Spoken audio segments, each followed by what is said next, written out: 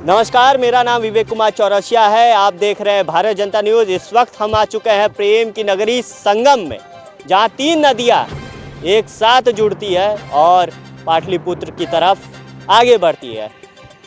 तो इस बीच हम लोगों से पूछेंगे, लोगों से इलाहाबाद प्रयागराज के बारे में जानेंगे कि प्रयागराज में आखिरकार विशिष्ट चीज़ क्या है, विशेष क्या है, और प्रयागराज में ये कुंभ का मेला जो लगता है उसमें कौन सी मूलभूत चीज़ें हैं, क्या इसका विशेषता है कि यहाँ पर सैकड़ों हजारों लोगों, करोड़ों लोगों का एक दर्शन, गंगा जी का दर्शन, यमुना जी का दर्शन और सरस्वती जी का दर्शन करने के लिए लोग दूर दूर से यहाँ पर आते हैं। तो इस वीडियो में बने रहें, चलते हैं आगे, लोगों से पूछते हैं। पहले नदी आपको दिखा दे रहे हैं, कैमरामैन से कहूँगा नदी दिखा दीजिए। ये देख रहे हैं आप, ये जो है यमुना जी है, गंगा जी इधर साइड बह रही हैं गंगा जी, और सरस्वती जी का भी वो उधर है। तो हम लोगों से पूछेंगे, लोगों से जानेंगे कि क्या है इसका रहस्य, इस प्रयागराज का क्या है महत्व।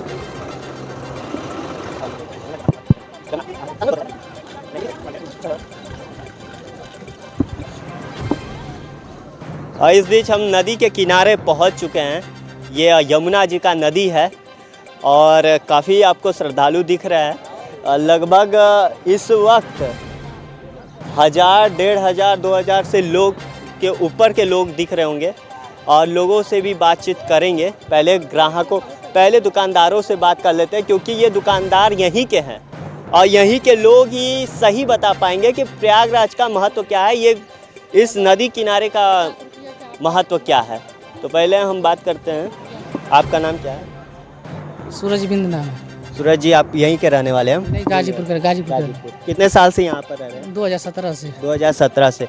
तो आप हमेशा नदी किनारे ही आप लगाते हैं? हाँ, गंगा ही तट, गंगा जमुना से। जिस तरह से यहाँ का महत्व, मतलब कि हमारे दर्शकों को बताइए कि महत्व क्या है। यहाँ पे श्रद्धालु आते हैं दूर दूर से नहाने के लिए, संगम का महत्व बताइए। संगम का बहुत महत्वपूर्ण और बहुत महत्व, यहाँ के दूर दूर के लोग आते हैं दर्शन करने के लिए। हर कहीं के भी लोग यहाँ विसर्जन, आरती विसर्जन करने आते हैं, रात हो या विरात हो। हाँ, हमेशा आते रहते हैं। 24 घंटा यहाँ पे चलता है, 24 घंटा विसर्जन होता रहता है। तो भैया आपका नाम क्या है? मेरा धर्मराज निषाद नाम है। धर्मराज जी, आप यही मूलभूत यहीं के निवासी? हाँ। संगम के बारे में आप हमारे दर्शकों को बताइए कि संगम आखिर का जो माघ मेला लगता है, अभी कोई मेला लगने वाला, क्योंकि योगी जी का अभी आगमन हुआ था, तो ये जो पूरा सजा हुआ है, शायद आधा अधूरा सजा हुआ है। किस तरह का सजावट होती है और इसका महत्व क्या है? सजावट अभी तो 100% में कम से कम 50% हुआ है। हाँ। अभी 50% बाकी है। अभी तो महिलाओं के लिए जो कपड़े बदलने के लिए थोड़ा सा बना है, और लेटरिन बाथरूम भी अभी सही व्यवस्था नहीं है। अभी मेला जैसे तैयारी हो रहा है उससे वैसे ही काम चालू हो रहा है। अब मेला जब 14 जनवरी के पहला स्नान है, 14 जनवरी मकर संक्रांति के बाद वो पहला स्नान है। उसमें जो है क्लियर हो जाता है, मेला एकदम परफेक्ट हो जाता है, सब चीज़ बन जाता है। प्रशासन का जो देख रेख है वो काफ़ी तारीफ वाली चीज़ें हैं कि मतलब कि प्रशासन किस तरह की रवैया रखती है श्रद्धालुओं के साथ, आप लोगों के साथ? प्रशासन ठीक रखती है। हाँ, सुरक्षा हाँ सही बढ़िया रखती है। इससे पहले दूसरे सरकार में नहीं होता था। जब से योगी जी आए हैं, जब से भाजपा आई है, तब से इसका महत्व और भी बढ़ चुका है। और आप लोग के लिए एक तिजोरी खुल चुका है, कमाने का एक जरिया, क्योंकि पर्यटक आएंगे तभी आप लोग का बनेगा। क्यों? हाँ। तो आप इस 2024 में जो लोकसभा चुनाव आने वाला है, तो किसको आप देख रहे हैं? अभी तो हम लोग योगी देख रहे हैं, हमारे निषाद पार्टी के सहयोगी दल है। आप निषाद पार्टी से हैं। अपना नाम बताइए। विशाल के सवाल। आप मूलभूत यहीं के हैं? इलाहाबाद। आपका नाम भी? मनोज मालवीय। मनोज मालवीय। आप भी यहीं के हैं? यस। जो अभी हम लोग का नाव नदी किनारे से होकर के यहाँ पर आया है, मैं पहली बार देख रहा हूँ कि बीच नदी में नहाने वाला स्थल है, जहाँ पर लोग डूब नहीं रहे हैं, आधे पाँव पानी।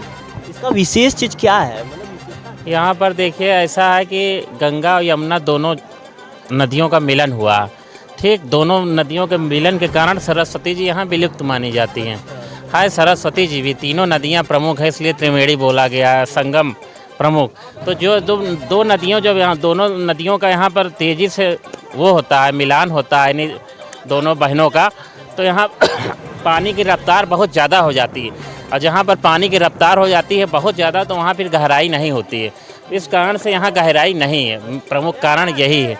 इसीलिए लोग यहाँ पर नहाते हैं। यहाँ आपको धारा तेज मिलेगी आपको यहाँ। आप जैसे कि उस किनारे से उस किनारे आराम से चले जाएंगे अगर पता रहेगा तो। बिल्कुल हाँ, बिल्कुल हाँ। यहाँ सब नाव वाले हैं, हमारे नाविक लोग हैं, आपको सब जानते हैं, पहुँचा देते हैं। प्रमुख स्थान यही है यहाँ पर। तो बरसात में इसका क्या हाल होता होगा? बरसात में तो यहाँ समझिए अकंठ जल स्रोत रहता है, जिसकी कोई सीमा नहीं। यानी आप यहाँ पर मान के चलिए कि यहाँ पे कम से कम नहीं तो हमारे समझ से यहाँ पर कम से कम 60 से 70 फुट गहराई होती है। 60 से 70 फुट, यस। एक हाथी डूब सकती है, आप समझ जाइए, इतनी गहराई होती है। सिटी में भी पानी इसका घुस जाता है क्या? नहीं, वो बक्सी बांध बने हुए हैं, चारों तरफ बांध बने हुए हैं ना, तो बांध जो है गंगा जी को एक तरह से वहाँ पर स्थिर रहती है। हाँ, वहाँ सीमित रहती है वहाँ पर। तो भैया गंगा तो माँ है, असीमित है, लेकिन प्रवाह वहाँ बांध के कारण रुका रहता है। प्रयागराज उनको कोई रोक नहीं सका, उनको जो रोका है तो भोलेनाथ ने रोका था। भोलेनाथ ने रोका था, विष्णु भगवान के चरणों से निकली थी, तो उनका प्रवाह बहुत तेज था। उनके अंदर एक तरह से अहंकार हो गया था, तो उसको भगवान शंकर ने उनको अपनी जटाओं में रख लिया था कि जब तुम्हारा अहंकार खत्म हो जाएगा तब मैं उसको नीचे उतारूंगा। तब अपना जटा उन्होंने खोला था, तो फिर वो नीचे उतरी थी, उतर के फिर आई थी, फिर लोगों का यहाँ पर कल्याण किया लोगों का। इलाहाबाद, जो इलाहाबाद नाम था पहले, इसको प्रयागराज कर दिया गया। योगी जी की सरकार है, प्रयागराज कर।